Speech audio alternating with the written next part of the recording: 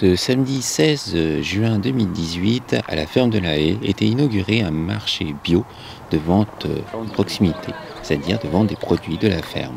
Nous allons suivre Fabien Frémin, exploitant du site, qui fait visiter les champs et montre ses techniques aux visiteurs avant de lui-même lui parler et de faire un petit tour dans ce nouveau magasin bio.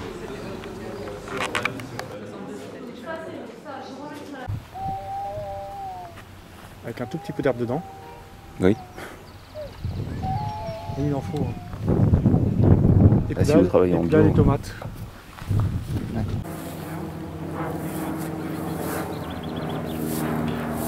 Plus avancé que les autres. Donc c'est sur cela pour l'instant qu'on récolte. Donc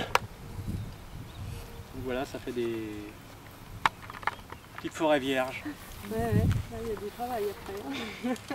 Bah, surtout que vert sur vert, il faut les voir. Voilà, pour avoir une bonne vue. Surtout qu'au milieu, il n'y a pas trop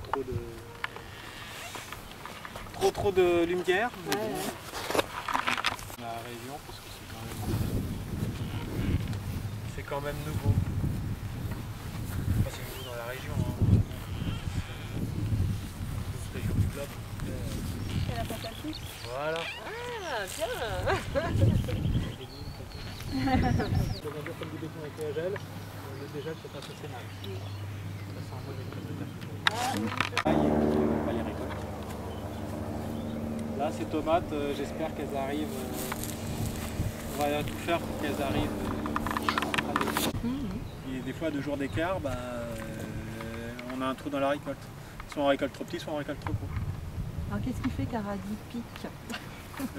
Généralement, on va dire que le radis pique entre juin et fin août. Quand il y a trop d'eau aussi. Non, Non, ce sera plutôt le manque d'eau. Ah, c'est le manque d'eau. C'est plutôt le manque d'eau et la chaleur. D'accord. Plusieurs stades larvaires, là on est plutôt au 2e stade. Ça commence comme ça, tout petit, voire un tout petit peu plus petit, comme ça, et puis après ça devient, ça grossit.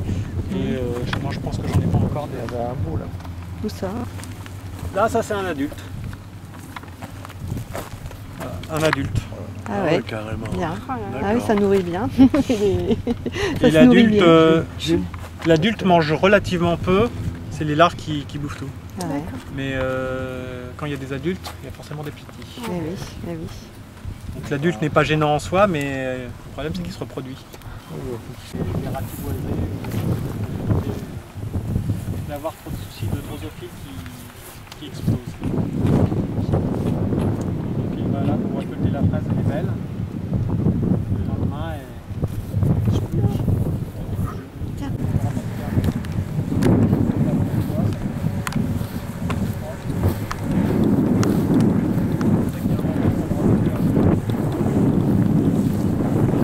c'était les mulots comme les boucles. Alors ils ont quoi comme secret les Bretons? Déjà les Bretons ils ont un climat constant. C'est-à-dire qu'il va faire 15 degrés en décembre mais il ne fera que 15 degrés en été.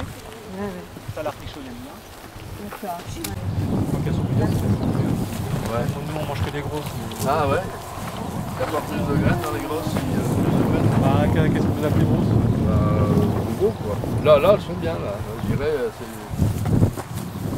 Le problème c'est que trop petit, elle va mal se conserver. Ah d'accord. Et pour avoir des graines, il faut vraiment avoir des mastocs de 2 kg. D'accord. Et puis qui tiennent bien aussi après récolte. Généralement quand elles tiennent bien après récolte, c'est qu'elles sont peu sensibles à la drosophile. Elles ont un épiderme un peu plus ferme. Donc là, récolter, c'est facile. Vous ne les faites pas en hauteur? Non. Alors, si vous voulez, ça c'est un vaste débat. Ah. Disons que le hors-sol en tant que tel est interdit en bio. Ah, d'accord. On n'a pas le droit de faire du hors-sol. Après, ce qu'on a testé là dans le tunnel qui est là-bas, c'est de mettre des tôles et de faire des grosses buttes. Ah oui, Ah bah ouais. là c'est astucieux. On n'a pas eu assez de temps à consacrer à ces cultures-là. Donc ça s'est fait dans l'urgence. Mais les haricots, comme ça permet de faire du nain et ils sont toujours faciles à cueillir. Ils sont toujours à hauteur. Et ça, les gars, ils aiment bien récolter, ils préfèrent récolter celui-là que même le rame. Parce que le rame, on commence par terre, après on est à hauteur et après on est trop haut. Alors que celui-là, on est toujours à hauteur. Nous sommes avec Fabien Frémin. Bonjour. Vous êtes l'exploitant de la ferme de la Haie, une partie. Oui, exactement.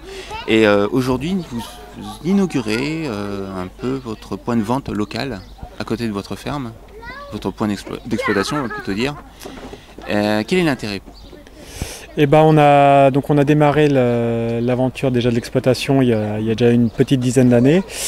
Et depuis une dizaine d'années, on a eu des demandes récurrentes des passants, des alentours, des gens qui voulaient acheter nos produits. Et jusqu'à présent, on a eu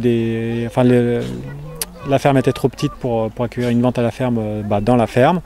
Donc il nous fallait réfléchir à faire un bâtiment.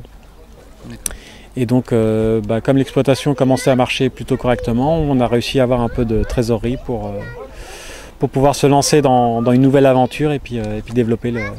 Donc vous avez construit un bâtiment en plus? On a construit un bâtiment dédié à la vente à la ferme. D'accord. C'est quand on arrive, c'est vrai qu'on n'a pas l'impression qu'il y a un nouveau bâtiment, mais après coup, oui, effectivement, on voit la construction. Oui, oui. Mais vos produits donc vendus ici sont principalement d'ici? Donc 90% des produits qu'on vend, c'est les nôtres. Après, on fait des compléments et plus des diversifications avec d'autres exploitants du coin.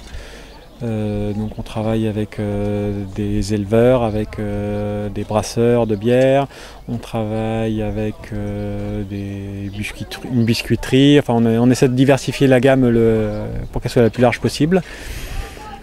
Et voilà. D'accord. Principalement en bio, je suppose, ou que bio? On est principalement en bio, mais on n'est pas contre des collègues qui sont voisins et qui travaillent correctement. D'accord. Je vous remercie pour ce petit moment et puis bonne journée d'inauguration, on va dire. Merci. Merci.